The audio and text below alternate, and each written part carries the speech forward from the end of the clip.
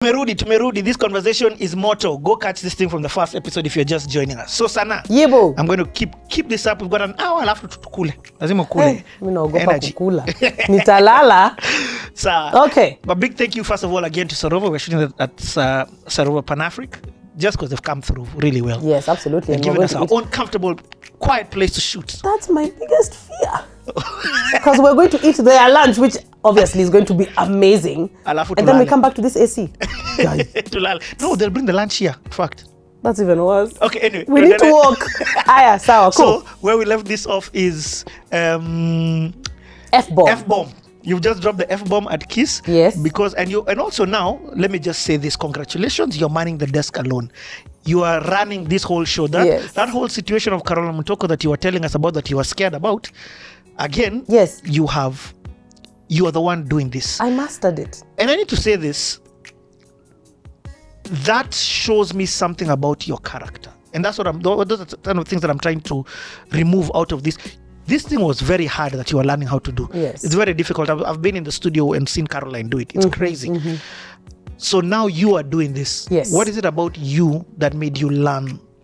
And what do you think Caroline saw in you that made her take a chance in you? Caroline doesn't take chances in too many people. No, she doesn't. And it's very interesting that you've asked that question, because there's a way that Caroline and Patrick Kwako described me. Oh, we haven't even mentioned him. At some point, and they said, I'm like a 6-foot model who slouches.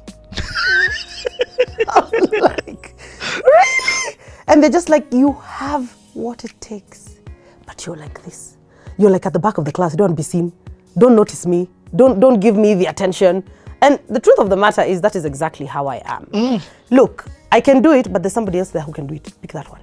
Okay? I don't want to be uko in the forefront. So she knew that I had the potential. She knew that this would not be a difficult thing for me to learn, and I really, really can take it to the highest level possible. But I just had this thing inside me that did not want it, or did not want to do it. And I think this is something also Kina Zwei noticed during Popstars. This is recurring in your stories. It's recurring. Like, she has it, but she doesn't want it. Or she doesn't want to go too far. She plays it safe. It's very comfortable over here. And I think I still play it safe till today. I play it safe with my voice. I play it safe with my music. I play it safe with my writing. This is good enough. It's not extraordinary.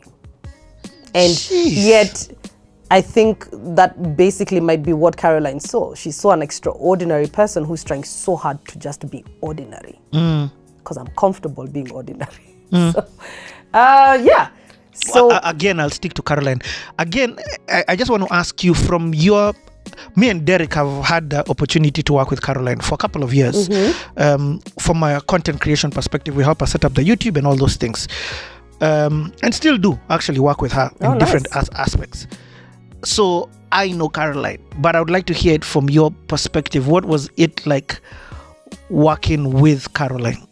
Probably one of the most requested people on CT as well. Yes, I've seen the comments. Initially, it was very terrifying to work under Caroline. She, obviously, much older, more experienced. Not much older. Let me not say it like that. She's not much older. I felt like it was like that then. You know, when you're younger, everyone who is perhaps in their 30s, you're just like, ay, konimbali. She was a god also on radio, so I understand why you felt like that. Then there's that, you know, and then she's so articulate. She's smart. She's bold.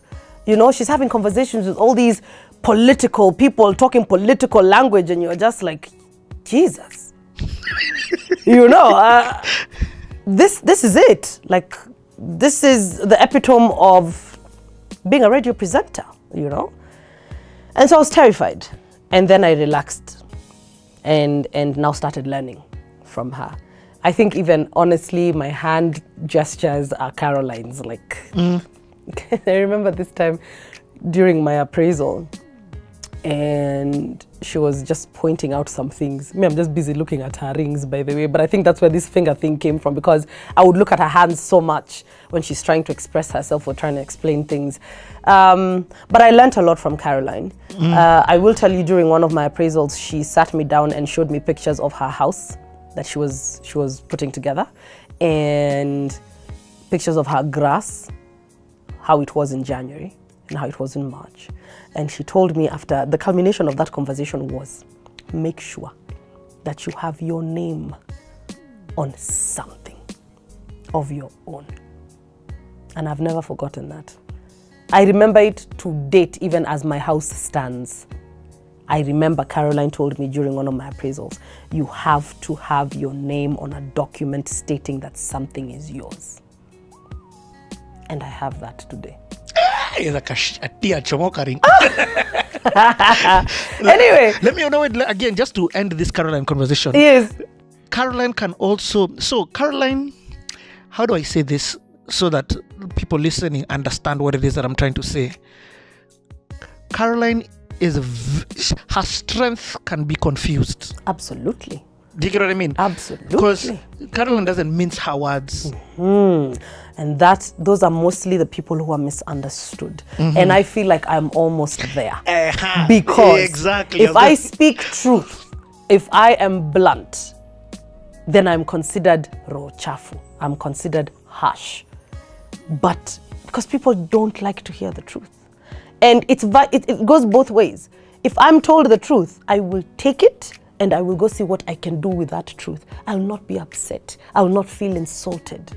You know, but it's constructive truth. You know, you can tell when somebody's just really just to canine you. You get. So she is misunderstood, and then it starts to be this whole thing of, oh, you know, women like these can't be dealt with, and women like these who are headstrong. There's nothing wrong with being like that.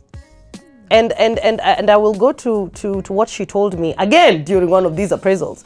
She said, never ever be afraid of being called names for standing and believing in your truth. Never. You should, as long as you know that you are being genuine with yourself, that this is what I like, this is how I do things, this is what I think, you should never waver. Let people say what they want to say. You're not doing it because people said this is how you should do it. You're doing it because that's how you think you should do it. So whatever other people say, ati, oh, when I'm Kali, I've been called all sorts of things. Minim Kali, minim. Yani, nambiagwa, relax. Chukulia vitu hivi. I'm not an hivi person. I don't do things hivi. Basically, I'm not a casual person. And nobody should be. People have to respect you and respect your time and respect your space and respect your skill. If they don't, they can go.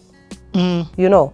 And I think by extension, that whole don't be afraid to be called names is also don't be afraid to lose out on jobs. And I've lost out on jobs because of just being you, being me, and being blunt and being straightforward. People don't like that. They just want you to be, si tulikuwa tunaenda kwa umse, situpitie tu. Tunapitia tunadu. You have to have an agenda for everything. It can't just be, you know, oh, so we're going to so-and-so's. To do what? Are we meeting them for something? Are we celebrating something? Are we going there for a visit? What is it that we are doing?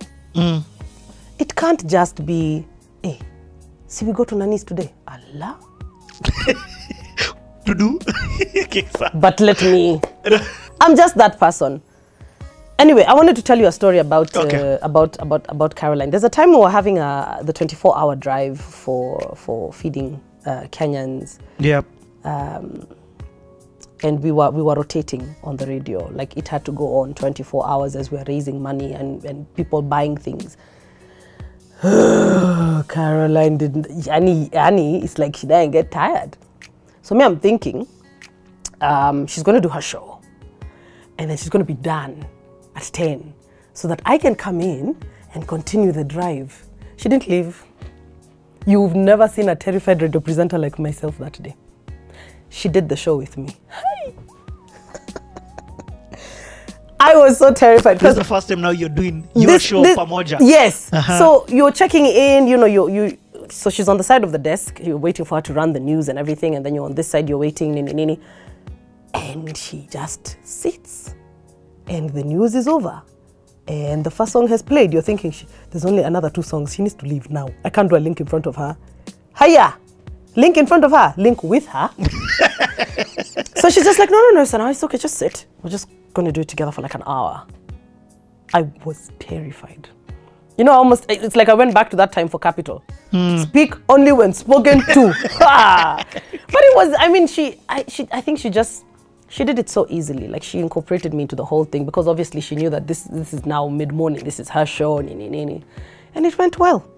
And then she stuck around. I finished my show. She stuck around. And now she was going to, I think, where were we going at this time?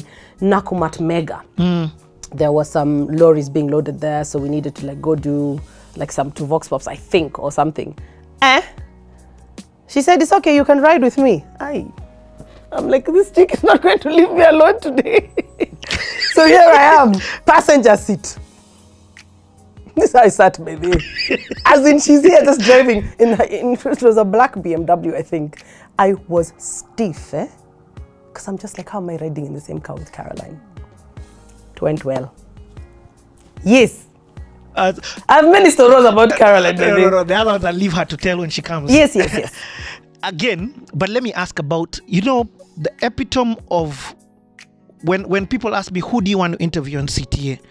They're expecting me to say big name artists. Yes, I see you have hesitated there, just in case you're told. Yeah. No, do you know who I want to interview on CTA? Patrick Kwako. Right. Because I feel like what he's built, it's just phenomenal. At this time when you're working at KISS, two questions. First and foremost, let's just be clear. KISS is at this time the biggest station. This time when you're working. When I'm working at KISS, yes. Secondly, is it now Radio Africa? So has Classic come up? Classic was on. Classic was on. I think those were the two major stations. The XFMs, the East FMs, not at all. In fact, I think East was a merger sort of thing because East FM still existed. Yeah. And then of course now they have Radio Jambo. Nothing. Not when I started. No. KISS TV. Okay. Patrick Kwako.